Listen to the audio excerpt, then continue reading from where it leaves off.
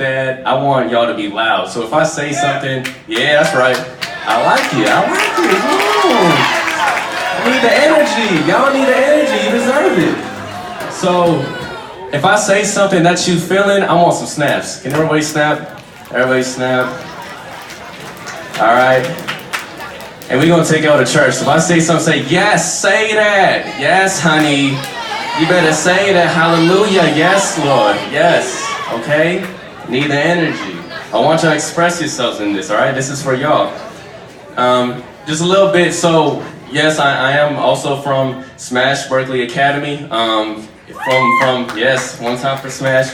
And my good friend, my little brother Miguel, brought me out here. He was like, I think that it's important for you to be here. You understand the demographics, the background that a lot of our students have. And not a lot of us are represented as well.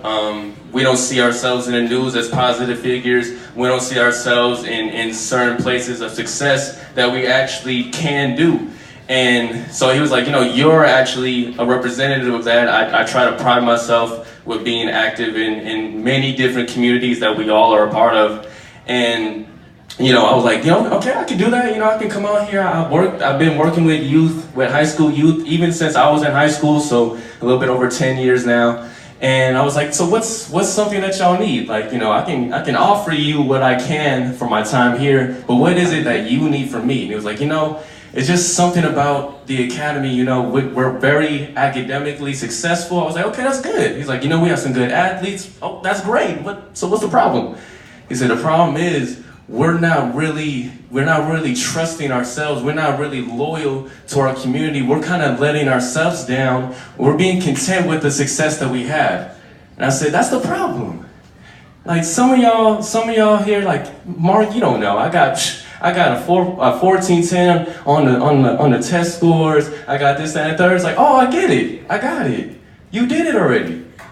Like, you think you're gonna be 16 forever? You think that this is where you peaked? This is your time to shine? Like, I'm hot right now. Like, this is me. And I'm here to let y'all know, like, the world, your impact, your purpose in this life, your purpose in your families, your purpose in your communities is bigger than right now. It's bigger than this, man. For real, like, I'm serious. Like, I wouldn't be here if I didn't believe in you, but you have to believe in you, and that's where the disconnect is. Y'all satisfied. Y'all did it already. You made a plan to get a certain GPA, and then you got it. You made a plan to get a certain test score, and then you got it. You made a plan to make the soccer team or the basketball team or whatever it is, and you did it. You're already here. You good now. But it's bigger than that. Because this is temporary, but your impact, that's permanent. Practice don't make perfect. Practice makes permanence. And so that's kind of what we're going to be talking about here today. A lot more leadership from yourselves, and not only leadership, but how does it contribute to your community, right? So that's a good picture, huh? That's a great picture. I know, I look good. But a little bit about me. So yes, I'm from the city of Fontana, California, the Inland Empire in Southern California. It's about an hour outside of Los Angeles. And we don't have a lot. I didn't grow up in the best neighborhood. I didn't grow up with the best influential family members. Both my neighborhood and my family were both gang influenced and got in a lot of gang violence. My family, they weren't the best supportive system, let's say. My parents had their own struggles going on. I had a brother in and out of jail my whole life. And so there wasn't a lot of success, a lot of empowerment at home, right? And a lot of people can relate. I know there's a lot of people in this room who their family, they didn't work out. Their parents didn't work out. My dad was in and out of my life at a very, very young age. And it was even, like I said, kind of worse in the community in a sense. I wasn't the only one who didn't have a dad at a young age. I wasn't the only one who didn't have, the best influences in my community. And then, you go to school, and my school was a little bit different. We weren't content with success. And the problem was because we didn't have any success to be content with. My incoming class was 1,400 students. It was a big school. My graduating class, though, was only 650. That's below a 50% dropout rate. So think about it. If half of the people here, if you kind of look around the room, from my school statistics, only half of y'all graduated. That's it. So if this side of the room graduated, that means that entire side of the room didn't, or vice versa. That's not a lot of pride for success. There's not a lot of things for me to look at in my home life, in my community, in my schools. There was nothing kind of telling me that I'm going to be different. There wasn't anything to try to empower me to push the envelope, to push my community, to push myself to be better. And a lot of you feel that type of pressure yourselves. You feel a lot of pressure from home. You feel a lot of pressure from your parents. You feel a lot of pressure even from your friends. Even if they're successful to their standards, you feel like you still have to be different, and you're still scared to be different. You're scared to be that leader. You're scared to step out and trust yourself. And that's what brings me to my first point. So go to the next slide. There comes a point where all that pressure gets tiring. And you have to make a choice. Like, I can either have one of two things, and you don't get both. At this age, you don't get both. For the rest of your life, you don't get both. I'm either going to get tired or I'm going to get better. That's it. So at a certain age, when I was growing up, I said, you know what? No one here, I see everyone out here tired. They're struggling. They're tired of struggling. I can't get tired. I don't know. That's not working for me. I can't get tired. If I just become content with getting tired, and some of y'all are content and getting tired of success. Some of y'all said, I did it. I'm in this nice academy. I have all these resources granted to me. I have guest speakers coming to my assembly. This is easy for me. I already put in the work. I'm good. No, you're not. You haven't done it yet. There's still problems at home. You haven't done it yet. There's still problems in your community. You haven't done it yet. It hasn't changed yet. You can't get tired. You don't have a choice. You cannot get tired. So you have to make the same decision. Am I going to get tired, or am I going to get better?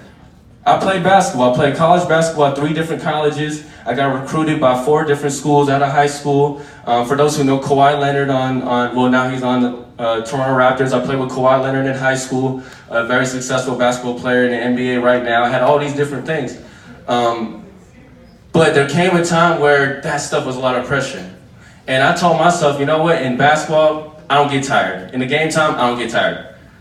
40 minutes, I will play both 20-minute halves. I don't care. I don't get tired. I get buckets.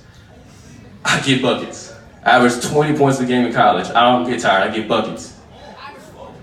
I don't get tired. I get buckets. And you have to make the same choice. I'm not going to get tired. I'm going to get buckets. In school, I'm not going to get tired. I'm going to get 4.0s. In your clubs, I'm not going to get tired. I'm going to get results. I don't get tired. I get better. I don't get tired. I get better. And when you start to do that, that's when the real work comes. You know, everyone kind of tells you about hard work in high school, right? There's a certain level that you can kind of average out about. Like, I know I'm working hard, I got a 4.0. I have something to show for it. I know I'm working hard, I got the scholarship. What you mean? I know I'm working hard, I have a championship game tomorrow. I know I'm working hard. But when you're working at that level, there's something that separates you. And you stop driving off of this fear. You stop driving off of all this negative energy, and you start driving off of self-love, right? Like, that's a big thing these days. When I was growing up, there was no conversations about self-love and loving yourself and being your own person. Now it is, and it's that much more important. So you stop driving off of that, and when that happens, you start to separate yourselves. And that's where a lot of y'all get scared. I get it, because you not only had the same goal for yourselves, but your friends did too. You didn't get the 4.0, the 3.5 GPA, whatever it is alone, but your friends did too, right? And from there, you don't separate yourselves. Like, you may have had a goal to get a 4.0, but your friend only got a 3.5, and you did too. You're like, no, I'm good. Like, no, I didn't reach my goal, but you know what? At least I'm not alone. Like, I'm successful enough. Like, I did enough. I don't have to be engaged in my community. I'm good. And that brings me to my next point. That a lot of y'all, listen, when I was, like I said, I played for 3 different college teams. In high school, I wasn't the best player right off the bat, right? Everyone knows that. To achieve a certain level in whatever profession you want, and whatever career you want, and whatever it is that you want to do, you obviously have to work hard. We all know that. But when I was in high school, it doesn't come easy. And so I started, after my freshman year, I didn't win the freshman, of the year award. And I was pissed, because I was like, man, like my goal is to play college basketball. Like, how did and the person I wanted, I knew he wasn't better than me. And I was like, if I want to get to where I gotta be that guy. So I said, you know what's cool, I'm done. I already made a decision that I'm not gonna get tired, I'm gonna get better, so I had to put it in practice. So I started waking up at 5 a.m. every single day. You can ask my parents, you can ask my neighbors, every single day I would run X amount of miles, I would hit the weight room, I would put up shots. So while the person who won freshman of the year was sleeping, I was working. While my parents were sleeping, I was working. With whoever it was that was thinking that they working hard, I'm going to outwork them because I'm not afraid to get to that point. And they have maybe that player, the freshman who beat me for freshman of the year award, he didn't play college basketball, but he wasn't waking up at 5 a.m. And I remember one day, this is where this phrase kind of came into play. I remember one day I came home from like a 3-mile run or something like that.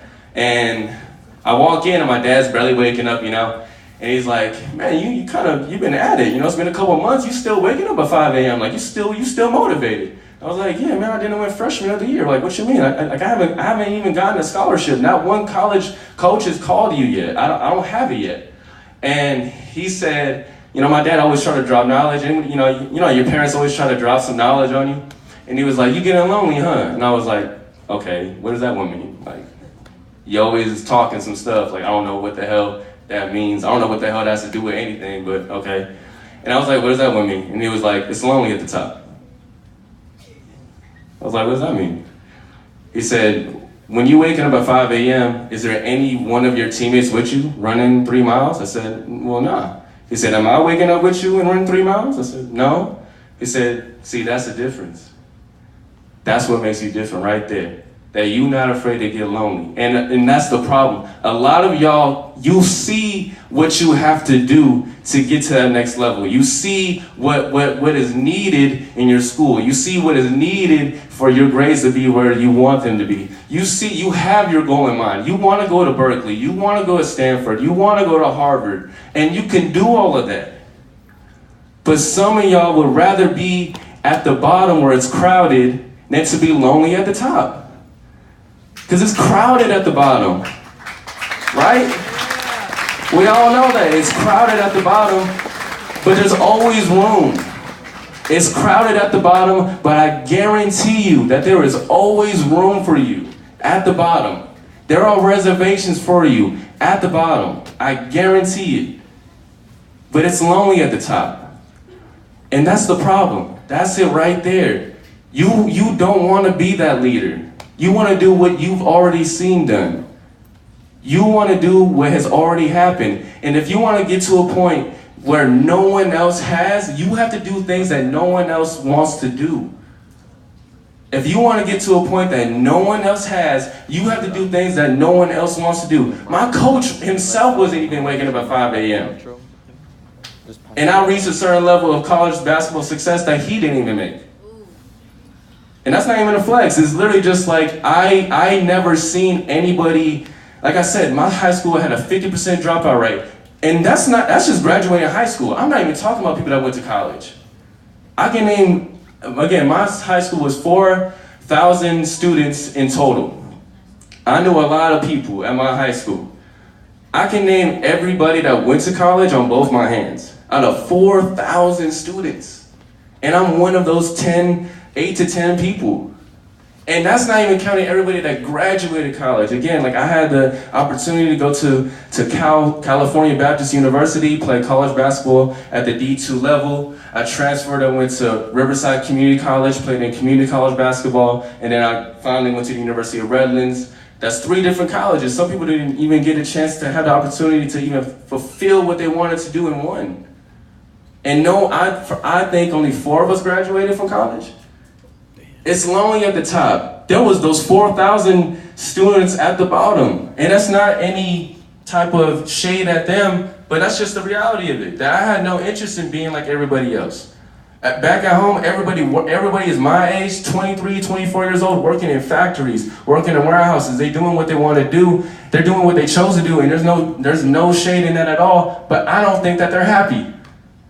Like, I don't think that when you were in high school that was what they wanted to do. They didn't have dreams of achieving something else. They had it, but they didn't want to be lonely at the top. And there's two parts to this. There's the individual aspect, and then there's the collective aspect. These are easy to comprehend, right? I don't get tired, I get better. Okay, I got it. I can do that. It's lonely at the top. That's a little hard. You know, everyone wants to do it for the gram. Everybody wants to put a Snapchat filter on their life, make it look like they're living a life that they don't have. But that's not how it is at this level. That's not how it was in college. I just graduated college. I could tell you all about that. But especially at this level right here, there is no sugarcoating it. If I don't go to work, I don't go to work. I can't Snapchat my manager, be like, yeah, I'm at work, don't worry about it. Look at that filter, don't worry about it. They gonna know that I'm not really working. There is no faking this anymore. And you gotta get to a point where you're gonna say, I'm gonna stop doing it now so that I don't have to pay for it later. I'm gonna stop being at the bottom and being comfortable with whatever success I think I have now, because I can tell you right now, it's not success right now. It's not. This is practice. It might feel real. It might feel like this is how your life is gonna be every single day of your life, but it's not. You're only gonna be 16, 17 once. You're only gonna be in high school once, and the rest of your life is the rest of your life, however you wanna do it. And it's your decision individually if you want to do it at the top, alone, and having that self-love, or if you rather be with everybody else at the bottom. And this is my biggest challenge to y'all as a collective. Next slide, please. This is it. This is the community challenge to y'all. It's fine, it's fine. My biggest challenge to y'all as a collective, as a community, is two things. I got two questions for y'all. The first one, again, accepting the challenge individually, right? But as a collective, it's a big responsibility. This thing is bigger than you. This assembly, everything that happens is much, much more bigger than you. You're good. There we go. The first one, do you know how important you are? Do you know how important you are? Like, for real. If you know how important you are, I want you to raise your hand very high, fully extended. If you know how important you are to your family, to your community, to your team, to your club, I want you to raise your hand high. Fully extended. Don't be shy about it, I want you to see. Now everybody look around. Take a quick look, left and right. Look at your friend. Look at the person behind you. Look at everybody. I don't see everybody's hand raised. That's a problem. That's it right there. That's it right there. That's why I put that question up here, because I knew that not everyone's gonna raise their hand. That's the problem right there. Y'all, you already did something. You don't have to be important anymore. You already did it. It's deeper than that. And if you can't answer that first question, or if you can, even if you can, I want you to answer the second one. What is your gift and where do you belong? If you at the point like, you know what, I've been successful, I've done everything I can possibly do in high school, I know how important I am, I'm very civically engaged, I know how to do this, then I want you to answer that second question. What is my gift? Where do I belong? What can I contribute? What is my part in this whole game?